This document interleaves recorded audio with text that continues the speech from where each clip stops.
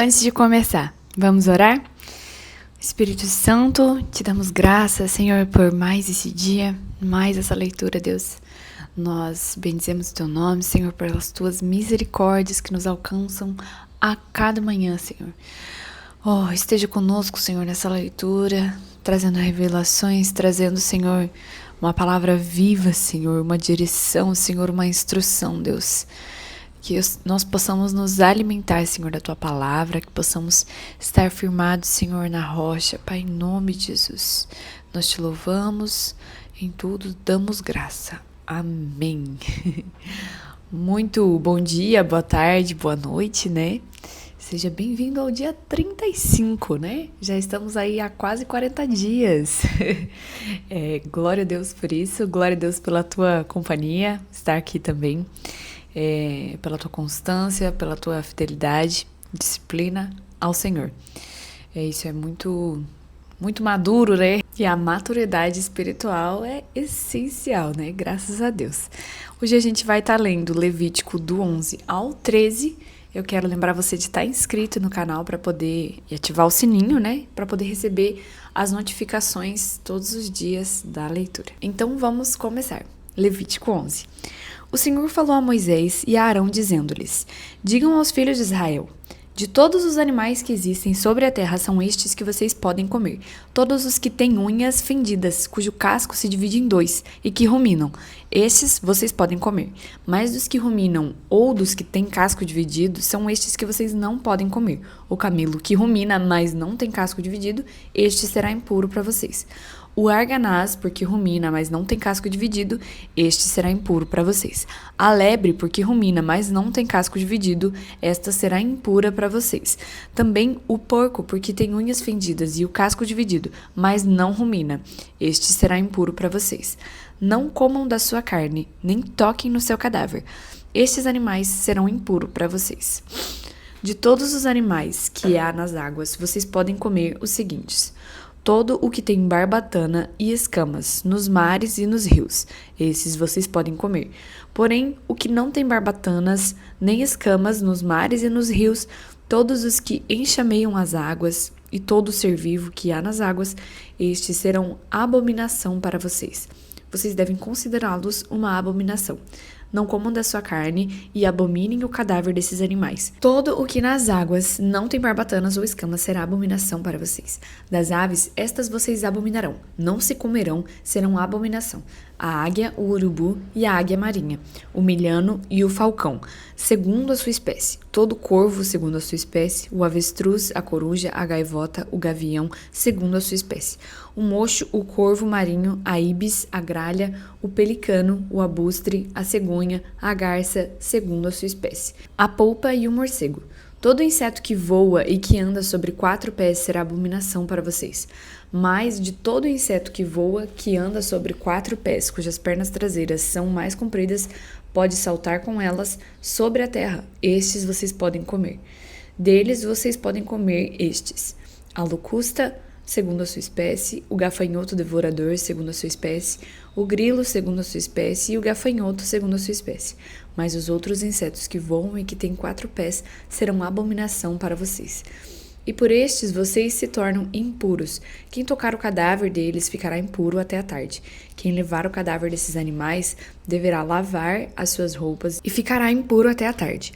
Todo animal que tem unhas fendidas, mas o casco não dividido em dois e não rumina, deve ser considerado impuro por vocês. Quem tocar neles ficará impuro. Todo animal quadrúpede que anda na planta dos pés será impuro para vocês. Quem tocar o cadáver desses animais ficará impuro até a tarde. E quem levar o cadáver desses animais deverá lavar as suas roupas e ficará impuro até a tarde. Esses animais serão impuros para vocês. Entre o enxame de criaturas que se movem sobre a terra, estas serão impuras para vocês: a doninha, o rato, o lagarto, segundo a sua espécie, o geco, o crocodilo da terra, a lagartixa, o lagarto da areia e o camaleão. Entre todas as criaturas que se movem sobre a terra, estas vocês devem considerar impuras. Quem tocar nelas, estando elas mortas, ficará impuro até a tarde.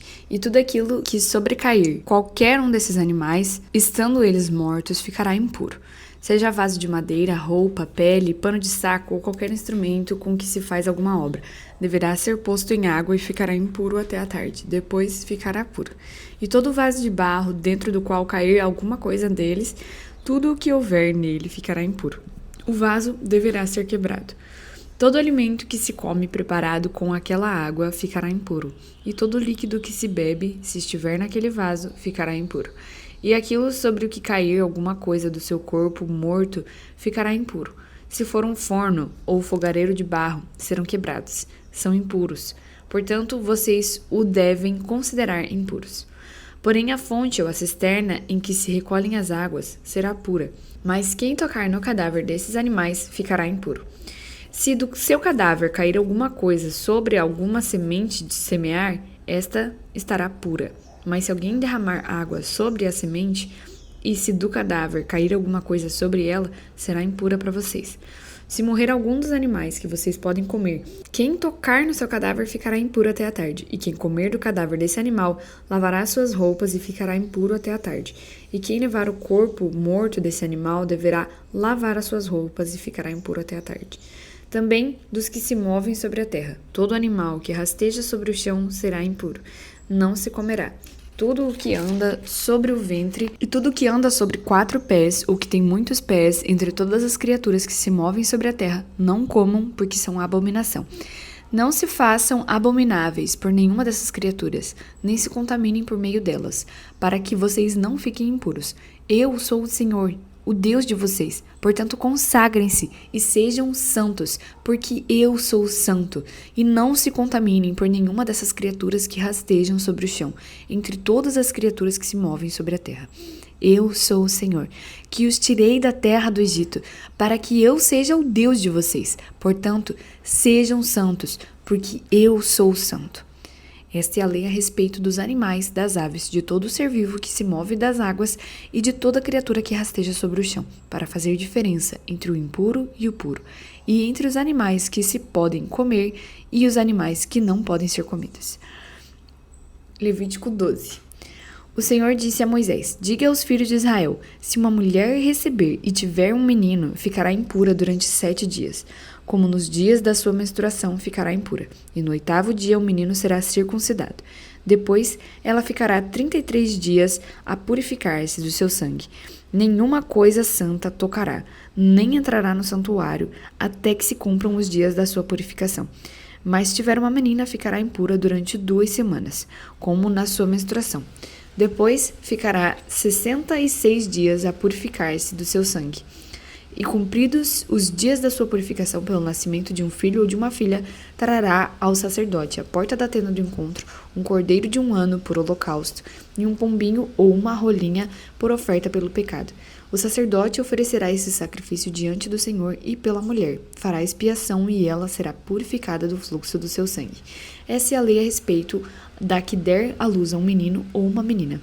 Mas se suas posses não lhe permitirem trazer um cordeiro, então a mulher trará 2 rolinhas ou 2 pombinhos, um para o holocausto e outro para a oferta pelo pecado. Assim o sacerdote fará expiação pela mulher e ela ficará pura. Levítico 13. O Senhor disse a Moisés e a Arão: quando uma pessoa tiver na sua pele inchação, pústula ou mancha lustrosa, e isto se tornar na sua pele como praga de lepra, essa pessoa será levada a Arão, o sacerdote, ou a um de seus filhos sacerdotes. O sacerdote examinará a praga da pele, e se os pelos na praga se tornaram brancos, e a praga parecer mais profunda do que a pele da sua carne, a praga é de lepra. E o sacerdote examinará a pessoa e a declarará impura.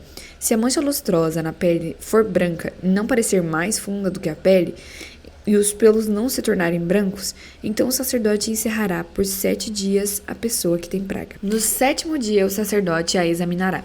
Se na opinião dele a praga tiver parado e não se espalhou na pele daquela pessoa, então o sacerdote a encerrará por mais 7 dias. No 7º dia, o sacerdote a examinará outra vez. Se a lepra se tornou pálida e não se espalhou na pele, então o sacerdote a declarará pura.